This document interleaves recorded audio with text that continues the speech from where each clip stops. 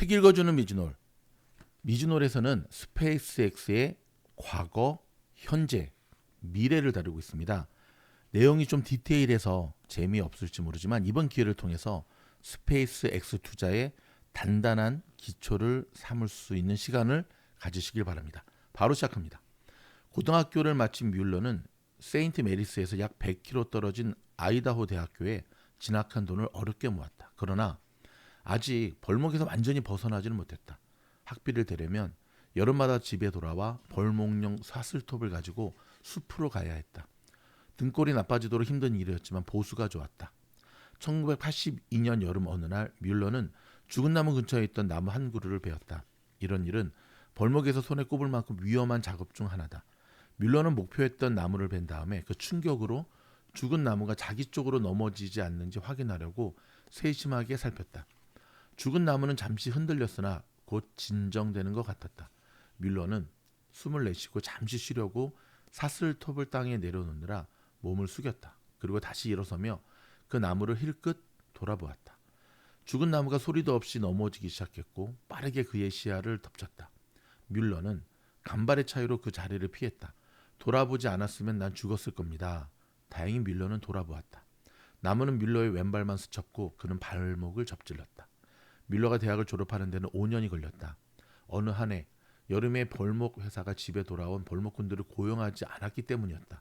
뮬러는 학비를 버느라 한 학기를 쉬어야만 했다. 그렇게 졸업하고 이제 막 기계공학자가 된 뮬러는 그 다음에 무엇을 할 것인가 하는 어려운 문제와 마주했다. 몇 년 전 친척 한 명이 아이다호 대학교에 다녔고 기계공학을 전공했었다. 그는 잔슨 컨트롤즈라는 산업 건축 회사에 취직해서 캘리포니아로 갔다. 하지만 그는 일에 전념하지도 않았고 그곳에 정착하지도 않더니 곧 세인트 메리스로 돌아왔다. 그는 학위를 숨기고 마을에서 쓰레기를 수거하는 일자리를 얻었다. 뮬러는 그런 이야기에 위축되지 않았다. 대학을 마치자 현지 기계차 회사가 일자리를 제안했다. 아이다호의 주도 보이시에 있는 휴렛 패커드에서도 제안이 왔다. 하지만 뮬러는 두 회사 어디에서도 일하고 싶지 않았다. 그는 3, 4학년 때부터 모형 로켓을 발사했고 투박한 로켓 엔진을 만들었다. 뮬러가 무엇보다 하고 싶었던 일은 아이다호를 벗어나 진짜 로켓을 만드는 일이었다. 뮬러는 캘리포니아로 이주하기로 마음을 정하고 부모님께 알렸다. 당시 그는 대학에서 아내를 만나 결혼한 상태였고 장모님이 LA에서 살고 있었다. 아직 직장을 구하기 전이었으나 뮬러는 남부 캘리포니아야말로 항공우주 분야 일자리를 찾기 좋은 곳임을 알았다. 부모님은 아들이 미쳤다고 생각했다. 아버지는 대학을 졸업한 청년이 수백만 명은 될 거라며 뮬러를 말렸다. 우주 왕복선 시대가 막 시작되었다. 누구나 그런 직업을 선망했다. 뮬러는 어째서 자기가 그런 직장을 구할 수 있으리라 확신했을까? 그게 일론이 나를 좋아한 이유인 것 같아요. 난 아주 낙관적이었거든요. 아버지는 정말 비관적인 분이었는데 내 낙관주기가 어디서 왔는지 모르겠습니다. 하지만 난 그냥 이렇게 생각했어요. 아니야, 난 직장을 구하고 로켓을 만들 거야. 가서 원하는 일을 하게 될 거야. 나를 막는 건 아무것도 없어. 부모님은 그가 돌아오게 될 거라고 숲도 기다리고 있을 거라고 했다. 그러나 뮬러는 다시 돌아오지 않았다. LA에 가기로 결정한 그는 TRW와 스페이스X에서 차례로 로켓 엔진을 설계하는 첫걸음이 되었다. 그리고 2020년, 거의 10년 만에 미국 땅에서 날아올라 궤도에 도달하는 우주인은 뮬러가 설계한 로켓 엔진 꼭대기에 앉게 된다. 뮬러는 1985년 여름에 LA에 도착해 이력서를 발송하기 시작했다. 특별히 내세울 만한 이력은 없었다. 사실 그런 경험은 하나도 없었고 성적은 그저 그랬다. 그는 5월부터 8월까지 10여 통의 편지와 이력서를 보냈다. 단 한 군데에서도 회신이 없었다. 공학 잡지에 실린 전화 영업 회사에서도 이력서를 보냈다. 여전히 소식이 없었다. 여름이 끝나가자 점점 조바심이 났다. 불신에 찬 아버지의 목소리가 마음 깊숙한 곳에서 메아리쳤다. 꿈의 도시가 그의 꿈을 서서히 짓밟자 자존심을 굽히고 아이다호로 돌아가야 할지도 모른다는 두려움이 있었다. 돌파구가 마련된 것은 그의 가을 항공우주 취업 박람회에 참석했을 때였다. 뮬러는 이력서상으로는 눈에 띌 만한 특징이 없었지만 직접 만나보면 로켓에 대한 열정과 지식이 넘쳐 흐르는 사람이었다. 그는 면접을 3번 받고 3번 모두 취업 제안으로 이어졌다. 로켓 따위는 우주 왕복선 주 엔진에 관한 일을 제안했다. 이런 더할 나위 없이 마음에 들었으나 급여가 낮았다. 제너럴 다이믹스 스팅어 지대공 미사일 부서에 들어오라고 제안했고 뮬러도 흥미를 느꼈다. 그런데 뮬러가 LA 서쪽 포모나에 있는 그 회사 시설에 차를 몰고 갔을 때 스모그가 마치 산불처럼 그를 온통 에워쌌다. 마음에 안 들었다. 히어 에어크래프트는 위성에 관한 업무를 제안했다. 로켓 엔진은 아니었으나 보수가 훌륭했고 엘세 군도에 있는 회사 위치가 마음에 들었다. 뮬러는 그 일을 맡았다. 몇 년 후 친구를 통해 TRW에서 사람을 구한다는 소식을 들었다. TRW는 자동차 부품 및 항공우주 기계를 만드는 큰 회사로 우주 분야에서 흥미로운 일을 많이 하고 있었다. 닐 암스트롱, 버즈 올리온 등을 달에 보낸 바로 그 로켓 엔진도 TRW의 작품이었다. TRW로 옮긴 뮬러는 15년간 그곳에서 크고 작은 로켓 엔진을 개발했다. 1990년 중반에는 TR-106 프로젝트에 착수했다. 수십 년 만에 탄생한 그의 강력한 로켓 엔진 중에 하나였다. 액체 연료를 사용하는 이 신형 엔진의 추진력은 300톤으로 우주 왕복선의 주 엔진보다 30%더 강했다. 뮬러는 TR-106 엔진으로 보잉의 새 로켓 델타4의 동력을 공급하는 계약을 따내고 싶었다. 뮬러의 말에 의하면 TRW는 대당 $500만 엔진을 만들 수 있을 거라 추산했다고 한다. 그러나 보잉은 로켓다인이 만든 엔진을 선택했다. 추진 분야에서 오랜 전통을 자랑하던 로켓다인은 비유하자면 로켓 엔진계의 나이키나 루이비통이었다. 그래서 그들이 TRW보다 4배나 더 높은 금액을 제시했는데도 보잉은 그 엔진을 택했고 TRW는 아무런 항의도 하지 않았다. 우리 엔진은 멋지게 작동했습니다. 뮬러가 말했다. 하지만 회사는 우리 엔진을 뒷받침해 주지 않았어요. TRW는 로켓에서 진정으로 관심을 기울이지 않았습니다. 오로지 우주선에만 관심이 있었죠. 그들이 로켓 만드는 직원들을 데리고 있었던 건 우주선에 어쩔 수 없이 로켓이 필요했기 때문이었습니다. TR-106 엔진 작업을 시작할 때쯤 뮬러는 반응 연구 동호회 모임에도 참석하기 시작했다. 동호회 회원들은 주말마다 도심에서 북쪽으로 2-3시간씩 운전해 가서 자기들이 만든 것을 발사하곤 했다. 뮬러는 이 모임에서 잔 가비를 비롯해 생각이 비슷하고 열정 넘치는 사람들과 친구가 되었다.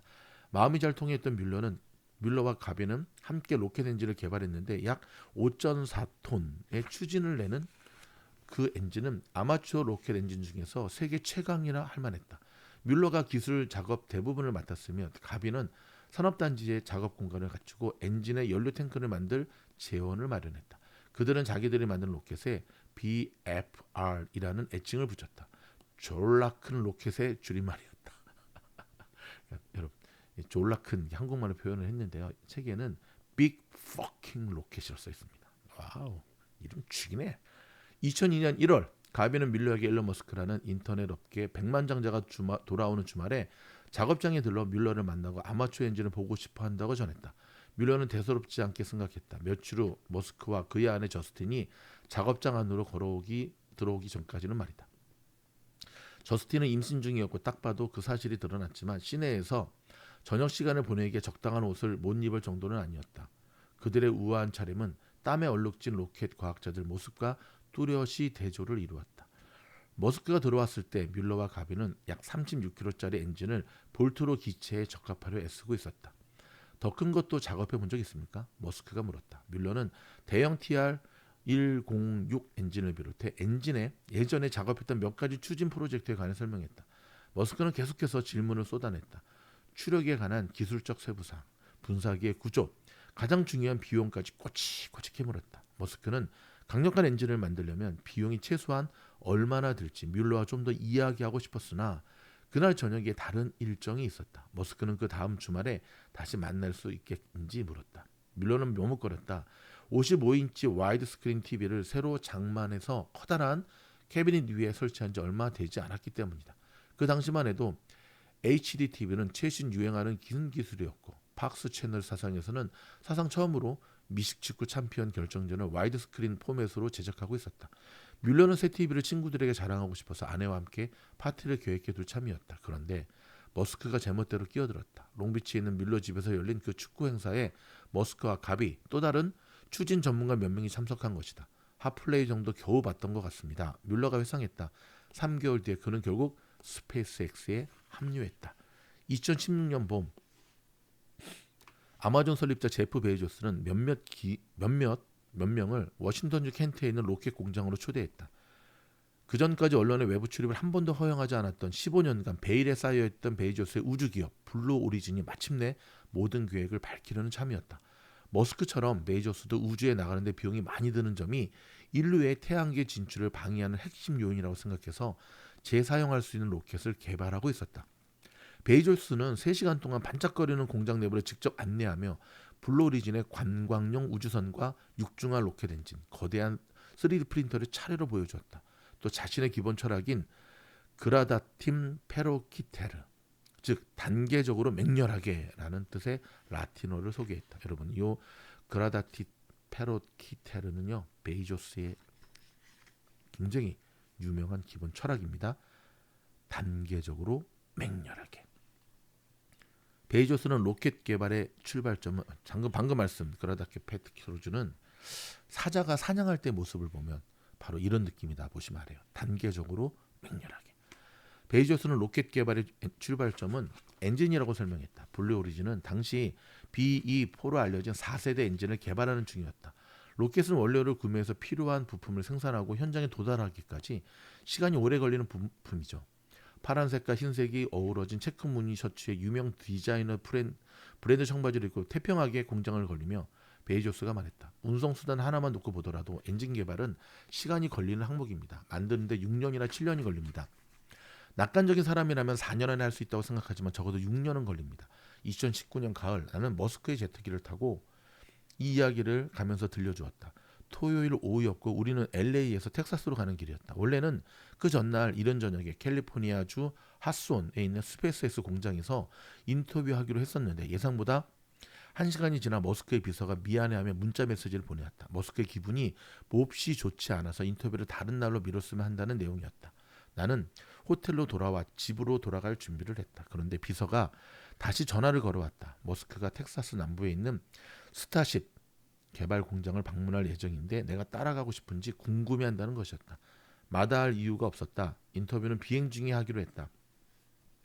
머스크의 새 아들이 반려견 마빈을 데리고 아빠의 여행을 따라왔다. 마빈은 애니메이션 캐릭터 화성인 마빈에서 따온 이름이었다. 녀석은 털이 잘 손질됐고 훈련도 잘 된 쿠바 원산 허베너스 종이었다. 마빈은 자기 주인을 아주 좋아해서 머스크의 발치에 머물렀다. 우리는 인터뷰를 하기 위해 비행기 뒤쪽 탁자에 둘러앉았다. 핵무기로 화성을 공격하라는 뜻의 구호 누크 마스가 인쇄된 검은색 티셔츠에 검은색 청바지를 입은 머스크는 아이들이 아빠의 지나온 이야기를 들었으면 하고 말았다. 제프 베이조스의 엔진 개발 일정을 듣고 머스크는 웃었다. 솔직히 말해서 베이조스는 공학을 잘 몰라요. 실은 말이죠. 난 훌륭한 공학자를 잘 알아봅니다. 또 나는 팀의 공학적 효율성을 최적화하는데 아주 능하죠. 난 공학을 잘하는 편입니다. 설계 결정은 좋든 나쁘든 대부분 내가 해요. 그가 자화자찬하는 것 같은가? 어쩌면 그렇다. 하지만 스페이스X는 머스크의 주도로 3년도 안 돼서 첫 로켓 엔진을 만들고 시험했다. 머스크와 베이조스는 적어도 로켓을 만드는 과정이 엔진에서 시작하는 데는 동의할 것이다. 알고 보면 엔진이 엔지니어의 어원이다. 로켓의 추진 시스템은 이론적으로는 간단하다. 산화제와 연료가 각각의 탱크에서 분사기로 흘러들어 구들이 연소실로 들어가면 분사기는 그들을 잘 섞는다. 연소실 안에서 연료는 점화되고 연소하여 엄청나게 뜨거운 배기가스를 만든다. 엔진의 노즐은 이 배기가스를 로켓이 가려고 하는 반대 방향으로 배출한다. 그러고 나면 모든 작용에는 크기가 같고 방향이 반대인 반작용이 따른다는 뉴턴의 운동 3법칙이 뒤를 책임진다. 그러나 연료의 흐름을 관리하고 연소를 통제하고 폭발력을 이용해서 무언가를 하늘로 쏘아 올리는 기계를 실제로 만드는 현실은 엄청나게 복잡하다. 연료 효율은 말할 것도 없다. 로켓 엔진의 추진력은 연소하는 연료의 양과 배출 속도, 압력에 달렸다. 이 변수들 각각이 클수록 엔진 추력이 커지고 더 무거운 화물을 궤도에 올릴 수 있다. 반대로 충분한 추력을 내는데 필요한 연료가 너무 많거나 엔진이 너무 무거우면 로켓은 절대 지상을 떠날 수가 없을 것이다. 머스크는 추진에 관한 뮬러가 그냥저냥 괜찮은 엔지니어가 아님을 일찍이 알아보았다. 뮬러는 아주 뛰어난 엔지니어였다. 펠컨1 로켓용으로 머스크가 원한 것은 32톤의 추력을 내는 가볍고 효율적인 엔진이었다. 그 정도면 작은 위성을 궤도로 올리는데 충분할 거라고 판단했기 때문이다. 뮬러는 TRW에서 몇 가지 엔진을 설계하고 만들었는데 이보다 더 강력한 것도 있었고 약한 것도 있었다. 이 엔진들에 적용했던 개념과 아이디어 중 일부를 멀린 엔진에도 적용하겠지만 뮬러의 말로는 그와 머스크가 백지에서 다시 설계를 시작했다고 한다. 업계에 있는 뮬러의 친구들은 정부의 뒷받침 없이 완전히 새로운 액체 연료 로켓 엔진을 만들기는 불가능하다고 생각했다. 친구들 모두가 민간 기업은 로켓 엔진을 만들 수 없다고 하더군요. 그러려면 정부의 도움이 필요하다고요. 뮬러가 회상했다. 스페이스 X라고 해서 사전 작업 없이 뚝딱 멀린 엔진을 만들어낸 것은 아니었다. 거의 모든 로켓 엔진이 그렇듯 멀린도 이전 작업에서 진화했다. 예를 들어 뮬러는 다양한 엔진을 많이 개발하긴 했어도 터보 점프 설계 경험은 부족했다. 로켓은 엄청난 양의 추진제를 사용하는데 터보 펌프는 추진제를 가능한 한 빠르게 로켓 엔진으로 공급하는 기계다. 펠컨 1 로켓 안에서 액체 산소와 등유는 각각의 탱크에서 빠르게 회전하는 펌프로 흘러 들어가고 펌프는 이 추진체를 고압으로 내뱉어서 최대 추력을 내도록 준비된 연소실로 공급한다. 뮬러가 가장 먼저 해결했던 과제는 터보 펌프를 어떻게 만드는가 하는 것이었다. 오늘 이야기 속에서 재미있는 제프 베이조스의 블루 오리진 이야기도 나오네요. 자, 도서원에 변함없이 동참해 주신 여러분께 감사드리고요.